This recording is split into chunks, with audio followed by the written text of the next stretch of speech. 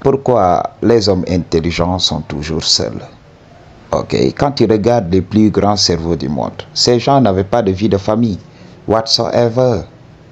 Et là, on se pose cette question, pourquoi? Ils sont intelligents.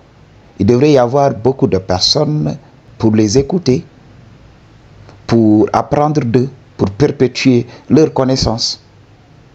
Mais pour les gens qui les avaient connus, ou bien des gens qui mènent des enquêtes sur leur vie, ou bien des gens aussi qui font des documentaires sur eux, on voit que voilà, ces gens n'avaient personne. Ces gens n'avaient que leur lieu de retraite, ces gens n'avaient que la nature. Ils s'isolaient tout simplement. Ils laissaient le monde continuer. Et là, ils étaient toujours en retrait. Bref, ils étaient des hommes sigma. Ils n'avaient pas besoin de la société. Ok, Madji, pourquoi cela? Pour beaucoup d'entre nous qui sommes dans la matrice, éduqués dans la matrice, on va croire que ces gens sont relous. Ok? Je me rappelle les années avant mon éveil, quand on parlait des philosophes et tout ça, je disais à qui veut l'entendre, oui, laissez ces gens-là, ce sont des fous. Je n'avais rien compris au game. Ok? Bien vrai, quand je me réveille chaque matin, je sais que voilà, il y a quelque chose qui ne tourne pas rond.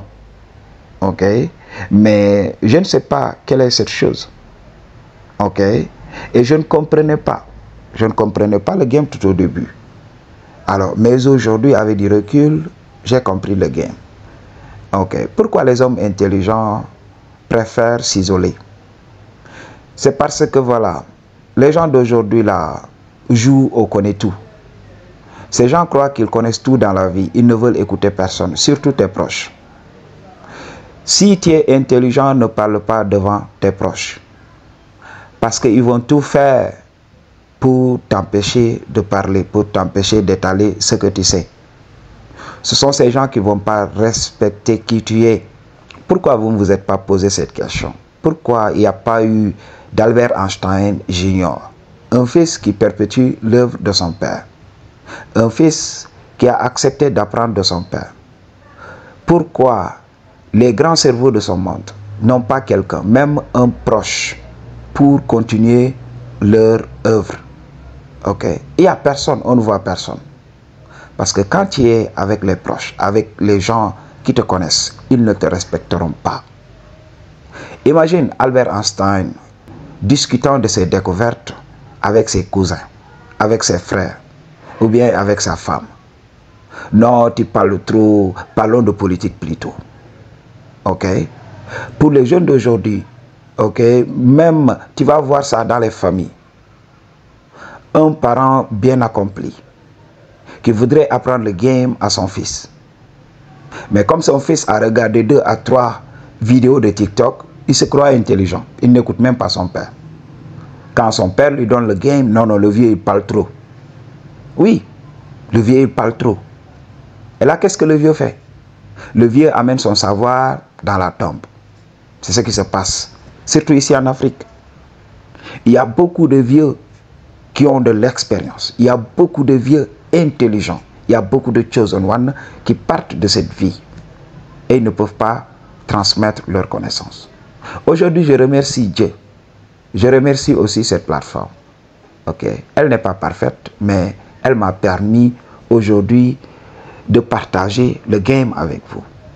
Ok, c'est le problème ici dans notre société. Quand on est intelligent, même quand on est avec des amis, on veut leur donner le game. On vient de découvrir une chose. Ok, tout au début, ça va être très excitant. Ok, quand on découvre une chose nouvelle surtout, le premier des réflexes serait de courir et d'aller vers ses proches pour leur annoncer la bonne nouvelle. Et dans notre tête, on croit que oui, ces gens vont accueillir cette nouvelle. Ces gens vont nous tarir d'éloges. Ces gens vont nous valider pour nous dire, oui, dis, tu es intelligent. Où est-ce que tu as pris cette connaissance? Ok. Et là, nous, on a cru que ces gens étaient là pour nous.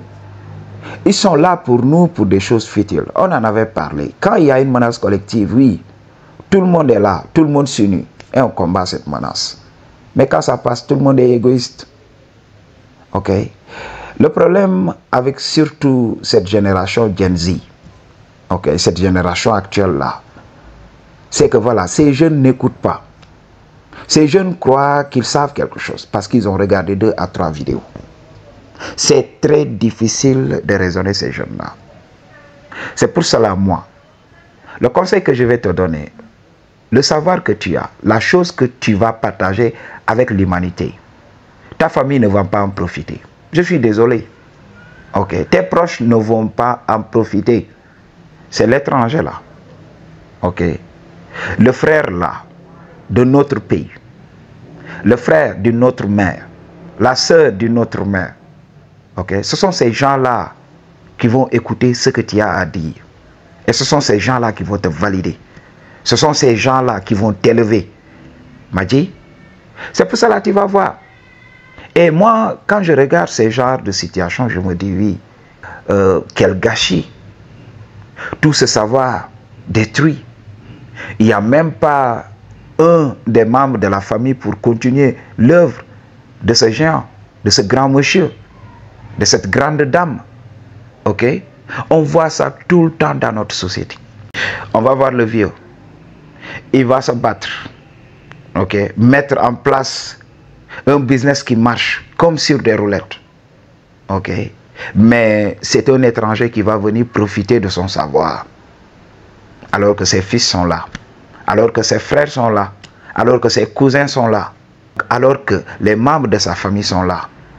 Alors que ses amis sont là. Ok? Personne ne veut de ta connaissance. Personne ne veut de ton intelligence. Parce que les gens ne veulent pas être moindres devant toi. Les gens ne veulent pas savoir que voilà, ils ne sont pas aussi intelligents que toi. Ils ne vont même pas t'écouter. Parce que vous venez du même background. Ok. Ces gens vont se dire, oui, n'est-ce pas ce jeune homme que j'ai vu ici là? N'est-ce pas, c'est ce petit-là, morveux, lorsqu'il était petit, que j'ai vu ici, qui était à la traîne, qui est issu d'une famille pauvre. Qu'est-ce que ce jeune homme a à m'apprendre? Surtout quand tu es avec les oncles qui ont tiré leur épingle du jeu dans la matrice, alors qu'ils n'ont rien dans la cervelle. Tu vas les regarder souffrir, tu vas les regarder entreprendre des choses qui sont futiles. Tu vas les voir se casser la gueule. Tu vas vouloir intervenir parce que tu vas vouloir sauver leurs fesses. Parce que en les regardant même à l'œuvre, tu sais qu'ils n'ont pas de game. Ils sont là, ils ont l'argent, ils ont ce que la matrice recherche. Ils ont la validation de la société. Mais point de vue intellectuel, leur quotient intellectuel est proche du quotient intellectuel de Nuître. Ok, m'a dit, ces gens ne comprennent rien au game. Et ces gens ne vont pas t'écouter. M'a dit, je me rappelle lorsque j'étais plus jeune, j'avais le game. Mais comme je suis issu d'une famille pauvre, okay, lorsque j'ai regagné la capitale pour aller faire mes études, j'avais mon oncle qui était là avec un de mes cousins. Alors, ils regardent leurs films et tout ça, et après, maintenant, c'est les débats. Quand j'essaie de parler, quand je laisse la source parler, quand je laisse cette intelligence infinie prendre possession de mon corps, quand je commence à déballer le vrai game, ces gens me disent oui. Toi qui viens du sud du Sénégal, toi qui viens de la Casamance, qu'est-ce que vous avez là-bas? Vous n'avez même pas de télévision. Mathieu? C'est ça qu'on me disait. Ok? Je me rappelle même, la source m'avait demandé de parler de quelque chose. Je n'avais pas eu écho de ça. On parlait du sport qu'on appelle le scrim. Et là, j'avais dit à mon oncle qu'il y avait quelqu'un qui était décédé de ce sport. Parce que ce sport était dangereux. Avec, voilà, ces épées-là qu'on pointe sur la personne. Ok? Et mon oncle s'est écrié. Oui, toi, qu'est-ce que tu sais de ce sport? Les gens sont très bien protégés. Ok? Il n'y a jamais eu de mort. Il n'y a jamais eu de mort. Oui, moi, je regarde la télévision chaque jour. Moi, je suis cultivé. Je lui ai dit, je suis désolé. Mais un jour, tu vas comprendre. Et je n'avais pas lu ça. Ok? Je n'avais jamais fait de recherche sur l'escrime. Ok? Et un jour, je prends mon téléphone et je fais des recherches. C'est là que j'ai vu qu'il y avait un homme, voilà, qui était mort suite à ça. Et maintenant, ça a poussé les gens qui pratiquent ce sport à trouver des moyens pour protéger ces gens qui s'adonnent à ce sport. Et je suis venu lui montrer l'article. Vous savez qu'est-ce qui s'est passé? Et il y avait une cousine qui était là. L'oncle a nié ce qu'il avait dit. Il avait dit non. Il avait voulu retourner la situation en sa faveur. Il avait dit à ma cousine, oui, regarde ton frère là. Regarde. À chaque fois, il joue au plus malin. À chaque fois, il joue au plus intelligent. Ok? Quand est-ce que je lui ai dit que voilà, il n'y avait pas eu de mort, ok, pour les gens qui pratiquent ce sport? Quand est-ce que je lui ai dit ça? L'oncle a nié. Et là, ce jour-là, ça m'avait fait sortir de mes gonds. Okay? J'étais prêt à en découdre avec lui. Je lui ai dit, mais non, oncle, tu es un menteur. Ok? Je lui ai dit la vérité ouvertement devant ma cousine. Ma cousine m'a dit, non, on ne parle pas comme ça à son oncle. Mais je dis, mais non, ton oncle, c'est un grand menteur. Ton oncle, c'est un menteur. Et là, on a failli se crêper les chignons là-bas. Ok, Madji? Donc, juste pour t'expliquer, lors de mon éveil, c'était très difficile, c'est ce que tu vis. La rage de l'éveil. Beaucoup de gens m'appellent en consultation pour me dire ça.